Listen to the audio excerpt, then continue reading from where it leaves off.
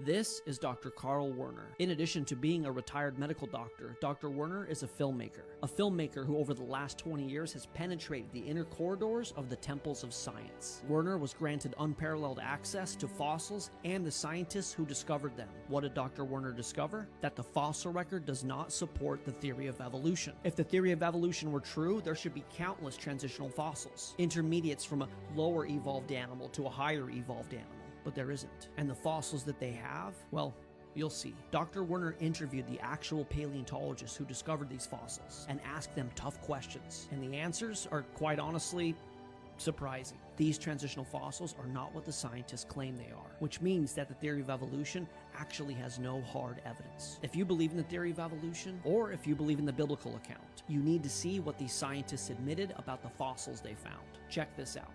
This scientist, Dr. Phil Gingrich, who we interviewed, is at the University of Michigan, came to great fame in 1983 when his fossil, Pakicetus, was announced to the world. And this was the beginning of the walking whale fiasco. And if you'll notice, Pakicetus has front flippers and back flippers, and it has a blowhole. Can you see how the blowhole is not at the tip? It's way up here. This large animal here was created by Dr. Gingrich. See, he didn't have the whole skull. He just had this fragment, he had this fragment, and a few loose teeth. Everything else is made up. But this skull was on display, or still is on display, at the American Museum of Natural History in New York City and other museums as a walking whale skull. And something very bad happened. Someone found the full skeleton. It doesn't have flippers. It has 4 legs. It doesn't have a blowhole. See, the nostrils are out at the end of the skull like a dog, like you'd expect for a land animal. You said something very bad happened to them. Yeah, they found the data, and it turns out they were wrong.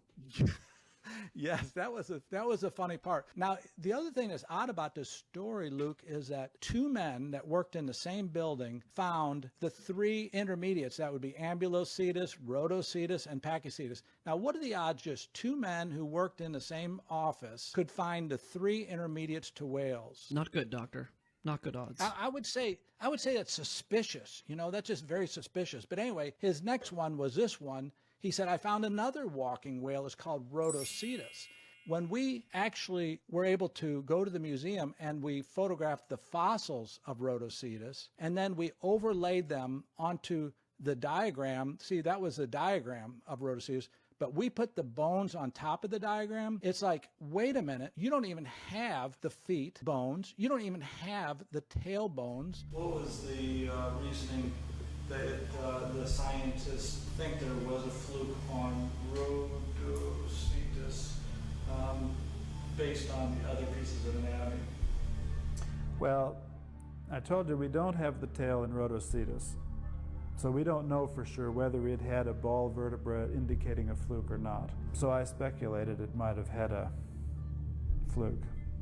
Now since then, we've found the forelimbs, the hands, and the front arm, the arms, in other words, of Rodhocetus. And we understand that it doesn't have the kind of arms that can be spread out like flippers are on a whale. And if you don't have flippers, I don't think you can have a fluke tail in really powered swimming. And so I now doubt that Rodhocetus would have had a fluke tail.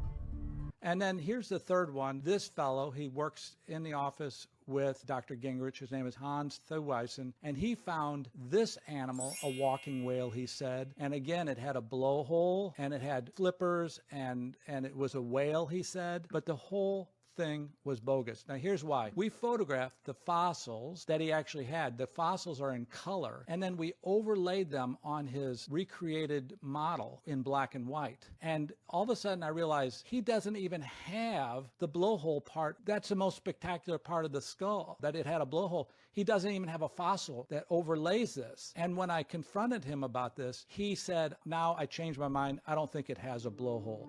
I was surprised that the skull wasn't more complete, because I've always seen the models in the museums of the full skull. How did you figure out what the shape of the skull? Was it based on these bones, or did you have other fossils to go from? So the shape of the skull is based on the fossils that we have, and so we have the parts that have the eye and the brain case and the back of the snout. We don't have the tip of the snout.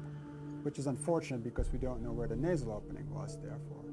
However, we did find the whole lower jaw, so we do know how long that snout was. We don't have a sense for its exact shape.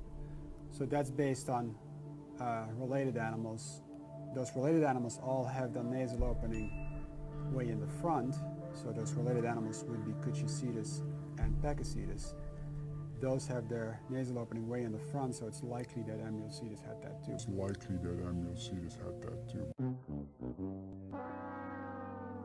You know, I've had my jaw drop so many times the last 27 years. It's just crazy how many times they say things you're not expecting. This is for the lion.